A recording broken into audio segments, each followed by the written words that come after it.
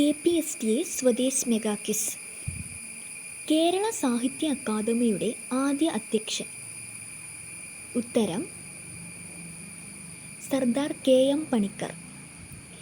കേരളത്തിൽ 5 വർഷം കാലാവധി പൂർത്തിയാക്കിയ ആദ്യത്തെ മുഖ്യമന്ത്രി. ഉത്തരം C. അച്യുതമേനോൻ. ഇന്ത്യൻ ഭരണഘടനയിലെ മൗലിക അവകാശങ്ങളുടെ ശില്പി എന്നറിയപ്പെടുന്നത്. ഉത്തരം സർദാർ വല്ലഭായ് പട്ടേൽ. ധനകാര്യ ബില്ല് ആദ്യം അവതരിപ്പിക്കുന്നത് പാർലമെൻറ്റിൻ്റെ ഏത് സഭയിലാണ്? ഉത്തരം ലോകസഭയിൽ. ഇന്ത്യൻ ദേശീയ കോൺഗ്രസിൻ്റെ ആദ്യത്തെ ഇന്ത്യൻ പ്രസിഡന്റ് ആര്? ഉത്തരം വോമേഷ് ചന്ദ്ര ബാനർജി.